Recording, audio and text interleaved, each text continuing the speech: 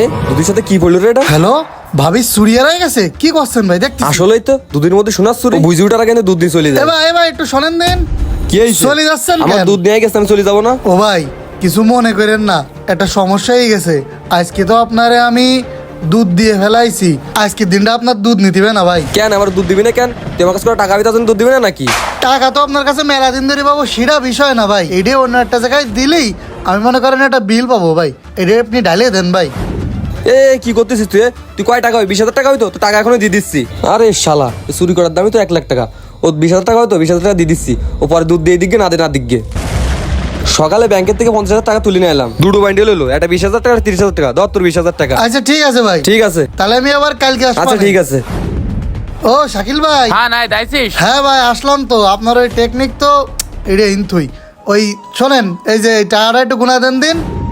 কিরে এতে তো 30,000 টাকা, তুই কয় টাকা পাতিস? ভাই আমি তো 20,000 টাকা পাতাম। এতে আছে 30,000। ভাই তালিবান হচ্ছে কাজ হয়েছে। কি ব্যাপার, টাকা পয়সা দিচ্ছিস নে, দেখা সাক্ষাৎ করতেছিস নে, তুই তো আগে এরকম সেটা ছিলি নে।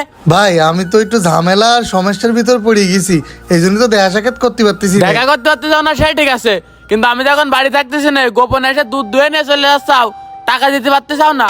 ও ভাই সত্যি কথা বলতে টাকা পয়সা তো আমি পাচ্ছি না, লোকজনের দিচ্ছে না, তাই আর কি লস যায়, আপনার সাথে দেখা করতে পারতেছি না। এ টাকা পয়সা দিচ্ছে না মানে, এই যে দৈনিক দুধ ধুয়ে নিয়ে যাচ্ছিস, মানুষের দিচ্ছিস, তা তারা কি টাকা পয়সা দিচ্ছে না নাকি?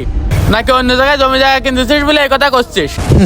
জমি আমার বাড়ি ভাই, চাল ডাল জোগাড় করতে পারতেছি না, এই দুধ বেশি, আর আপনি জমির কথা কই? রাজু ভাইয়ের কাছে টাকা পাই, টাকা চালি কি কয় শুনবেন? এ রাজু ভাই, হ্যাঁ এই যে ডম পাঠাইলেন, এই যে সেই দুধ। আচ্ছা ঠিক আছে। ও ভাই করছি কি, টাকা তো আপনার কাছে মেলা টাকা পাও না, এই গেছি প্রায় আপনার কাছে 14,700 টাকা পাবো, তা টাকা পয়সা কটা দেন।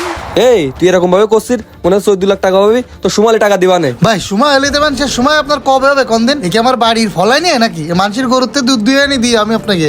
আপনারা যদি টাকা ঠিক মতো না দেন, তাহলে ওইসব মানুষের কাছে মার খাওয়ার লাইন হয়ে যায় না। এই কথা একটু কম কবি, তো সুমালে টাকা দিবা নে। আর যদি বেশি কথা কবি, তোর এলাকায় কিটা ব্যবসা করতে আমি দেখি নিবান। আপনি কি মগের মূল্য পাইছেন না? আমি আপনার টাকায় ব্যবসা করি না? আপনি এই এলাকার মালিক হয়ে বসে রয়েছেন, টাকা চাইলে টাকা দেবে না, একদম ফালতু মার্কা লোক দেখতে। এই ফালতু মানে কি করছিস? দাঁড়া তুই, তোর দুধ আমি সবাই ফেলাই দেবো না।